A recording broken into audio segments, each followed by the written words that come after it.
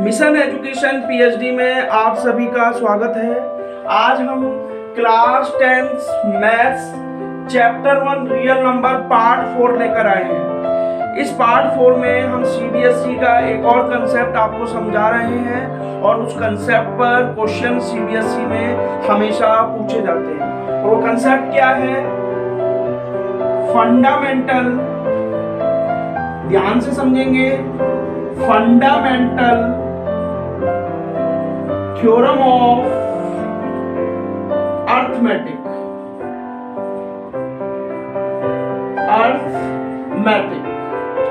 आज हम इस टॉपिक को ध्यान से समझेंगे। ये सीबीएसई का एक और कंसेप्ट है जिसके बेस पर क्वेश्चन हमेशा सीबीएसई एग्जाम में पूछे जाते हैं। देखिए बेटा, सबसे पहले कभी कभार आपसे स्टेटमेंट भी पूछी जाती है। डिफाइन और स्टेटमेंट, मैं आपको एक बात क्लियर कर दूं, both define and statement are similar. आपसे सवाल ये भी पूछा जा सकता है कि define fundamental theorem of arithmetic. आपसे सवाल दूसरी चीजों में, दूसरे शब्दों में ऐसे भी पूछा जा सकता है कि state fundamental theorem of arithmetic. दोनों में ही आपने इसकी डेफिनेशन लिखनी है, ठीक है जी। ऐसे क्वेश्चन भी सीबीएसई एग्जाम में पूछे जाते हैं। तो कैसे करेंगे बेटा? सबसे पहले स्टेटमेंट देखिए, every composite number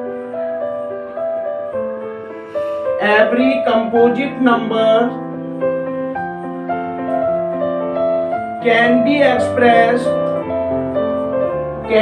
expressed as a product of primes। ध्यान से समझेंगे, as a product of primes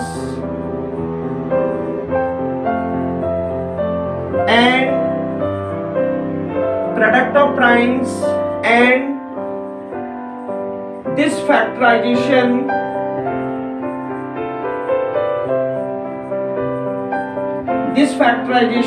is unique apart from the order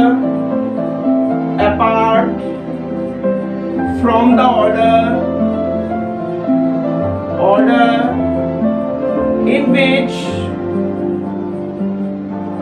the prime factors occur।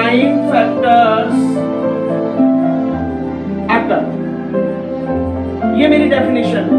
आपसे प्रॉपर स्टेटमेंट पूछी जाएगी तो आपने ये पूरी डेफिनेशन लिखनी है, ठीक है जी। अगर मैं आपको क्लियर करूं, देखिए ध्यान से समझना, every composite number can be expressed. Express का मतलब यहाँ पर क्या है बेटा? फैक्टराइज से। आप एक्सप्रेस को दूसरे शब्दों में फैक्टराइज भी लिख सकते हो। एक्सप्रेस का मतलब है फैक्टराइज। कहने का मतलब क्या है बेटा? ध्यान से सुनना। सबसे पहले हमें ये वर्ड समझ में आना चाहिए, कंपोजिट नंबर। क्या समझ में आना चाहिए? Composite number. देखिए बेटा, कंपोजिट नंबर मैंने आपको पिछली क्लास में बताया था, अगर आपको ध्यान हो तो। कंपोजिट नंबर क्या होते हैं? ऐसे सभी नंबर जिनके दो से ज्यादा फैक्टर होते हैं। अगर मैं यहाँ कंपोजिट नंबर को आपको क्लियर करूं, मान लीजिए मैं 8 लेता हूं। अब देखिए 8 है, 8 किससे डिवाइड हो जाएगा? 2 से। भाई 8 2 से डिवाइड होगा और आंसर में क्या आएगा? 2 4 जा 8, ठीक है जी। अगली बार देखिए 8 किससे डिवाइड हो सकता है? अगली बार 8 4 से भी डिवाइड हो सकता है। इसका मतलब इसका पहला फैक्टर क्या हुआ? 2, और ये 4 से भी डिवाइड हो रहा है तो दूसरा फैक्टर क्या हुआ? 4। अब देखिए, अब 8 है तो 8 तो अपने टेबल से तो डिवाइड होगा ही होगा, तो एक तीसरा फैक्टर क्या होगा? 8, और ये 1 से तो होता ही होता है। तो देखिए 2 से भी हो रहा है, 4 से भी हो रहा है और 8 से भी हो रहा है, और 1 से तो हो ही रहा है। तो इसका मतलब कितने हो गए? 4 फैक्टर्स हुए ना। पर हमें कंपोजिट नंबर क्या कहता है कि 2 से ज्यादा फैक्टर होने चाहिए, ठीक है जी। तो मैंने आपको कंपोजिट नंबर यहाँ पर क्लियर किया, ठीक है। अब मेरी बात ध्यान से सुनना, स्टेटमेंट को पूरा समझा रहा हूँ ध्यान से। एक्सप्रेस का मतलब फैक्टराइज आप 8th क्लास 9th क्लास में भी करके आए हो। आगे क्या कह रहा है? As a product of primes.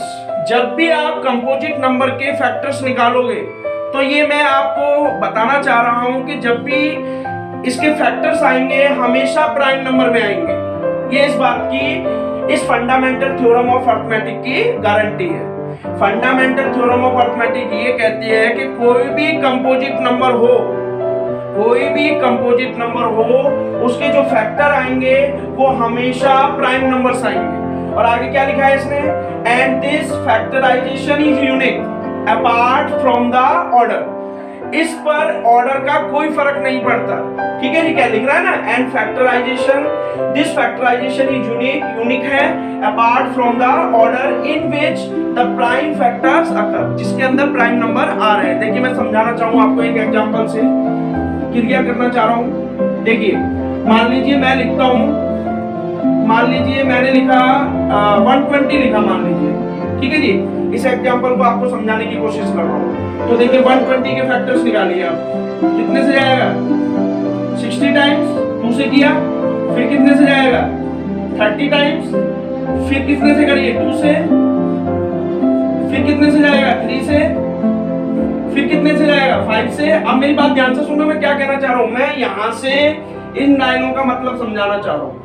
मैंने अभी आपसे क्या कहा कि कोई भी कंपोजिट नंबर ले लीजिए, ठीक है जी। मैंने 120 कंपोजिट नंबर ले लिया, कंपोजिट नंबर के फैक्टर्स निकालिए, चलो जी हमने इनकी बात मान ली, कंपोजिट नंबर के फैक्टर्स भी निकाल लिए। अब कंपोजिट नंबर के फैक्टर्स कौन कौन आए, कंपोजिट नंबर कौन सा था 120। जब हमने इसके फैक्टर निकाले तो फैक्टर में क्या क्या आया, 2 2 2 3 और 5, ये इसके फैक्टर आ गए। अब इसके बाद ध्यान से सुनना क्या कह रहा है, This factorization is unique apart from the order in which the prime factor occur। अब देखिए मान लीजिए मैंने सबसे पहले इसे 2 से किया, अगर मान लीजिए मैं इसे 3 से कर देता तब भी तो यही फैक्टर आते हैं। अगर मान लीजिए मैं इसको 3 से करता, मान लीजिए एक और एग्जांपल लेता हूं, मान लीजिए मैंने 120 लिखा, अब मान लीजिए मुझे वैसे तो मुझे पता है स्मॉलेस्ट नंबर से ही देखते हैं पहले, अब मान लीजिए मैं 3 से भी कर देता हूं तो तब भी तो फैक्टर आएंगे इसके। देखिए 4 क्या आएगा, 20 क्या आएगा, 10 क्या आएगा, 5 क्या आएगा, 1। अब मेरी बात ध्यान से सुनना, मैं जो समझाना चाह रहा हूं, मैंने क्या कहा कि जब हम कंपोजिट नंबर के फैक्टर्स निकालेंगे तो जो फैक्टर्स हमारे आ रहे हैं उसका ऑर्डर पर कोई फर्क नहीं पड़ेगा। आप ऑर्डर को ऐसे भी लिख लोगे तब भी आपके फैक्टर्स निकल रहे हैं, आप ऑर्डर को ऐसे भी लिख लोगे तब भी आपके फैक्टर्स निकल रहे हैं। कैसे, मैं देखिए और एग्जांपल समझा रहा हूं। मान लीजिए 120 के फैक्टर निकाले थे मैंने, 120 को मैं कैसे लिखूंगा इस सीक्वेंस में, 2 इंटू 2 इंटू 2 इंटू 3 इंटू 5। अब देखिए ऑर्डर का मतलब क्या है, 2 कितनी बार आ रहा है, 3 बार, 3 कितनी बार आ रहा है, 1 बार, 5 कितनी बार आ रहा है, 1 बार। ये इसका मतलब क्या हुआ, 2 का ऑर्डर 3 हुआ, यहाँ पर 3 का ऑर्डर 1 हुआ, 5 का ऑर्डर 1 आया, मतलब कितनी बार आ रहे हैं। तो इसका मतलब क्या कह रहा है, ये देखिए, in this factorisation is unique apart from the order in which the prime factor occur. सब में प्राइम नंबर आ रहे हैं ना, कोई दूसरा नंबर नहीं आ रहा ना। अब देखिए मैंने एक और इसको समझाने की कोशिश की कि ऑर्डर से, अब देखिए मैं इस वर्ड पर ज्यादा ध्यान दे रहा हूं, ऑर्डर मतलब आप ऐसे लिख लीजिए या ऐसे लिख लीजिए, तभी भी हमारे फैक्टर्स तो प्राइम ही आ रहे हैं, कोई दूसरे फैक्टर्स आ रहे हैं भाई। तो देखिए कैसे करेंगे, मान लीजिए 120 को हम दूसरे वे में लिख सकते हैं, ये पहला वे हो गया फर्स्ट वे, और अदर वे में कैसे लिख सकते हैं हम, अदर वे आएंगे तो भाई फैक्टर ही प्राइम ही।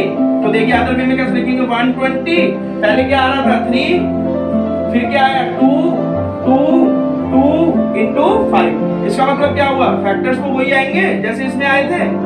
123 कितनी बार आ रहा है, 1 बार, 2 कितनी बार आ रहा है, 3 बार, 5 कितनी बार आ रहा है, 1 बार। तो इसका मतलब क्या आ रहा, ऑर्डर से कोई फर्क पड़ा भाई। देखिए ये भी बिल्कुल सेम नंबर आए हैं और ये भी सेम नंबर आए हैं, बस क्या हुआ, जो नंबर थे वो इंटरचेंज हो गए। कैसे, यहाँ 2 3 बार था, यहाँ 3 1 बार था, यहाँ 5 1 बार था, नंबर तो 2 3 5 ही है।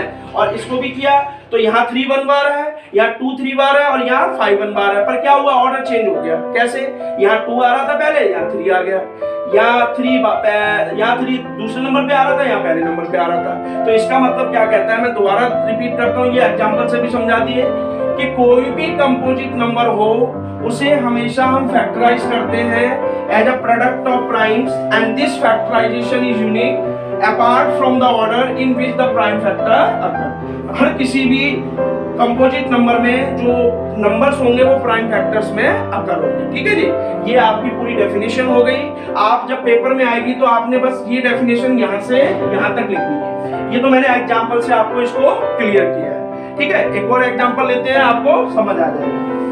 देखिए, तो कहने का मतलब क्या है बेटा, कि आप अगर क्वेश्चनों को ध्यान से कर रहे हो और जो कंसेप्ट आपको पढ़ाए जा रहे हैं उन पर प्रॉपर अटेंशन दे रहे हो तो आपके साथ साथ ही कंसेप्ट क्लियर हो जाते हैं और क्वेश्चन कहीं पर भी आपके गलत नहीं होते। अब देखिए, मान लीजिए मैं एक क्वेश्चन लेता हूँ इसको समझाने के लिए। मान लीजिए मैं एक एग्जांपल लेता हूँ और वो एग्जांपल क्या है,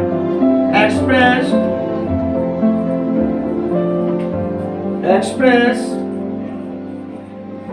the following numbers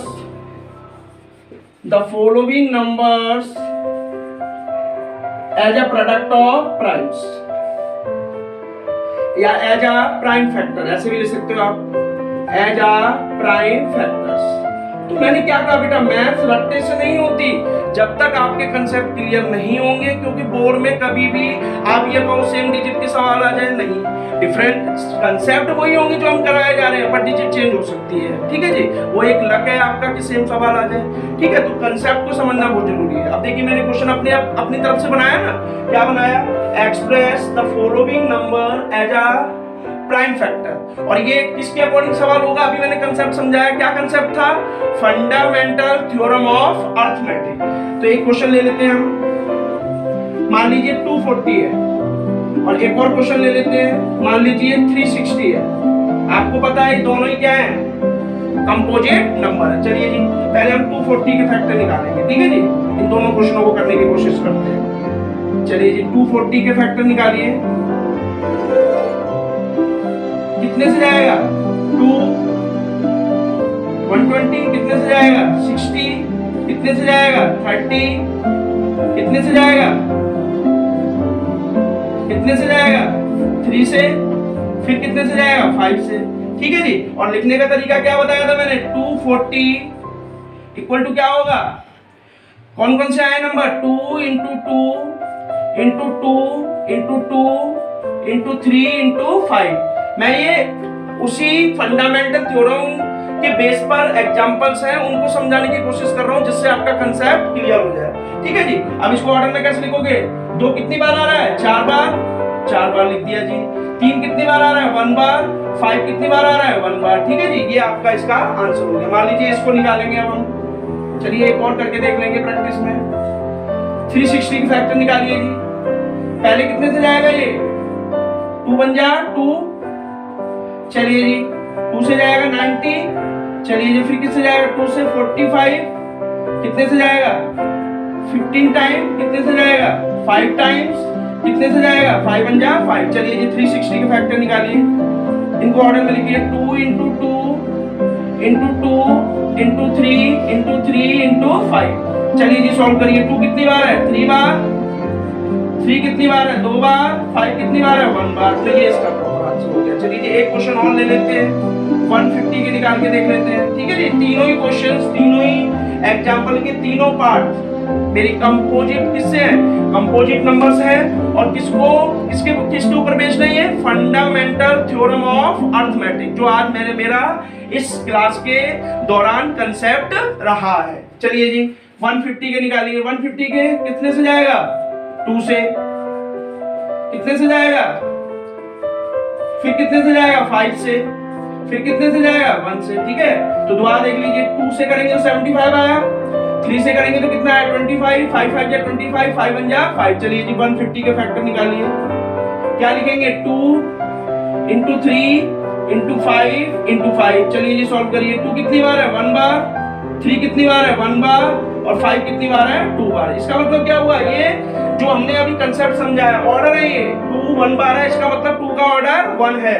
यहाँ भी 3 1 बार है, इसका मतलब 3 का जो पावर 1 है वो ऑर्डर 1 को डिनोट कर रही है। यहाँ 5 की पावर 2 है, इसका मतलब क्या है, 5 की पावर 2 का मतलब क्या है बेटा, क्या है बताइए, 5 की पावर 2 का मतलब ऑर्डर है। तो आज मेरा ये concept fundamental theorem of arithmetic तीनों एग्जांपल्स के जरिए मुझे उम्मीद है आपको समझ आ गया।